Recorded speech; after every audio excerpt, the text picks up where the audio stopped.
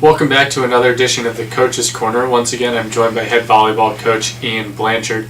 Coach, this past weekend traveled down to East Carolina, had some pretty tough competition, and the girls responded pretty well.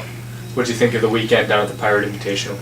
I thought we ground out a lot of good wins, a couple good wins. Beating East Carolina University, beating Coastal Carolina, those were two really good wins. I think we had a good chance against Marshall. We had a good game plan going into the match. We just weren't able to get it done against Marshall, but I was very satisfied with the two wins that we got.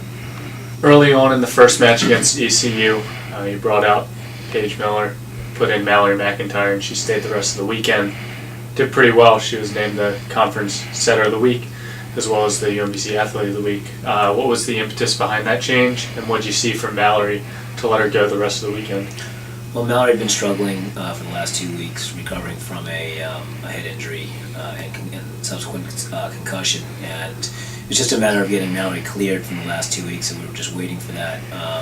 She and Paige have really competed neck and neck throughout the entire course of the pre-conference season, as well as all the practices we had leading up to the pre-conference season.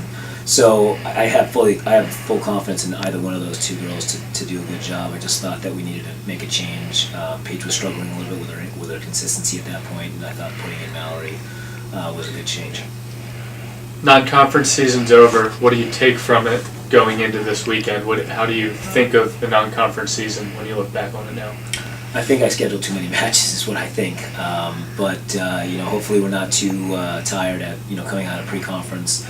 But we're really excited about getting into the conference. We're also excited about the fact, frankly, about not having to play midweek matches anymore. Really limiting ourselves to either 1 or 2 matches a week for the remainder of the season. So it's actually going to seem like it's a lot easier in some ways. It's more difficult in the fact that it's conference, and of course the pressure to win conference matches are more important. You alluded to it starts this Friday up at Binghamton. What do you need the girls to do to perform, and what do you expect out of the Bearcats as you head up to Vestal? Glenn always has his team well prepared. There's no question about that. He's been to the conference championship several times. He's won the conference championship a couple times since I've been at UMBC. So I just know that Glenn's going to have his team really well prepared. They were starting to get better and better as the season wore on last season. So I know it's going to be a very tough match. It's always tough playing at Binghamton. They have great crowds. We're just going to have to go out there and play good volleyball, very solid volleyball on our side of the court. Thank you, Coach. For more information about the UMBC volleyball team, make sure to log on to our website, umbcretrievers.com. For the Coach's Corner, I'm Dan LaHatte.